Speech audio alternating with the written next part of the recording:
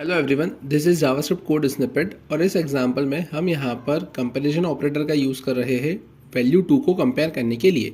तो अगर हम इसके आउटपुट की बात करते हैं तो आउटपुट के केस में आपको यहाँ पर ट्रू, फॉल्स और ट्रू देखने को मिलेगा। ऐसा इसलिए क्योंकि सबसे फर्स्ट स्टेटमेंट में 2 इक्वल्स टू 2 यहाँ पर आपको रिजल्ट ट्रू देगा।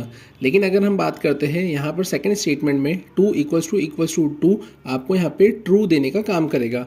और अब अगर यहाँ पे ये ट्रू आता है तो उस केस में अगर हम ट्रू को कंपेयर करेंगे न्यूमेरिक वैल्यू से तो यहाँ पे ट्रू आपका 1 कंसिडर होगा और 1 कंसिडर होने की वजह से 1 इक्वल्स टू 2 आपका फॉल्स रिजल्ट देगा। सिमिलरली अगर हम बात करते हैं 2 इक्वल्स टू 2 की तो यहाँ पर भी ये ट्रू देने का काम करेगा।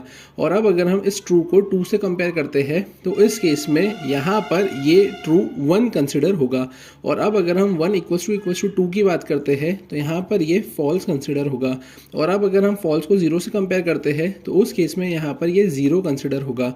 और उस केस में अगर हम बात करें यहाँ पर तो आपका इसका रिजल्ट आपको ट्रू देखने को मिलेगा।